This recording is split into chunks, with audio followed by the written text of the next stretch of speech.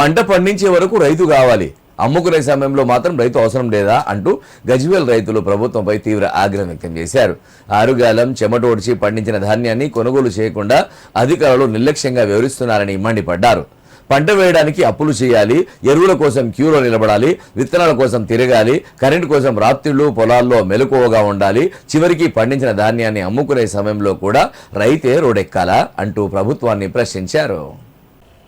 సిద్దిపేట జిల్లా గజ్వేల్ వ్యవసాయ market yard ఎదుట తూఫ్రాన్ చేగుంట గజ్వేల్ ప్రధాన రహదారిపై రైతులు భారీ ధర్నా చేపట్టారు. ధర్నా కారణంగా తూఫ్రాన్ చేగుంట గజ్వేల్ ప్రధాన రహదారిపై కొంతసేపు వాహనాల రాకపోకలు నిలిచిపోయాయి. రోడ్డుపై బైఠాయించిన రైతులు ప్రభుత్వ వ్యతిరేక నినాదాలు చేశారు.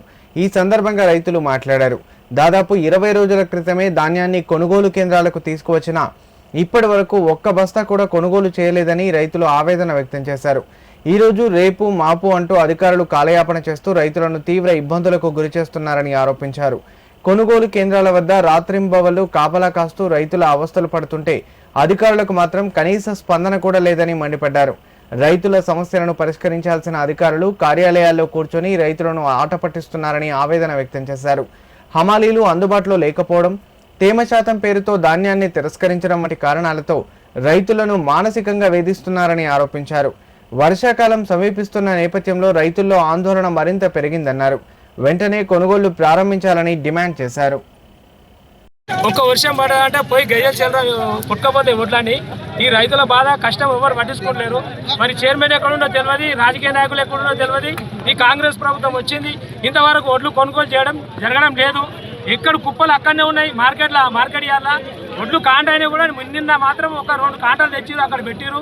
ఒక 2 రాసులు మాత్రం పెట్టిరు, ఒక పెద్ద కూట పెట్టిరు, సపరేట్ కూట వెళ్ళిపోయారు. కాంట పెడతామని ఐకేపీ వాళ్ళు చెప్పడం జరిగింది. అక్కడ కూడా అసలు కూడా రాలేదు. మధ్యాహ్నం 10 కాగానే వెళ్ళిపోయారు, వాళ్ళు 10-11 కాగానే వెళ్ళిపోయారు. ఇప్పటి వరకు ఒడ్లు లారీలు కూడా పంపడం లేదు. ఒక రోజు వచ్చింది లారీ, మళ్ళీ లారీ ఇక్కడికి రాలేదు. లారీలు లేవు. ఆ ఒడ్లని ఇప్పుడు ఒక 15 లారీలు అయితే అక్కడ బయట కూడా రింగ్ రోడ్ చుట్టూ ఒడ్లు ఉన్నాయి. నేనైతే 15 రోజులు అయితే ఒడ్లు పోసి ఎక్కడనే ఉన్నాయి. ఇప్పటి వరకు ఈ ప్రభుత్వము ఏ ఒక్క ఒడ్డు కూడా గింజ కూడా ఒక 15% ఒడ్లు కొన్నది. అసలు ఒడ్లే కొనడం లేదు ఇంతవరకు. ఇది కదా రైతుల బాధ. ఇది ఏం లేదు, పెట్టుబడి పెట్టి ఆరుగాలం చేసి ఇది పరిస్థితి రైతుల బాధ.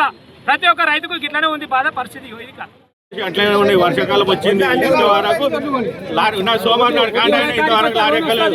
15 రోజులు అవుతుంది లారీ ఎక్క. ఏమనంటే అమలు లేరంటే అమలు నింపెట్టిరు, లారీలు లేవంటూ చెప్తుంది.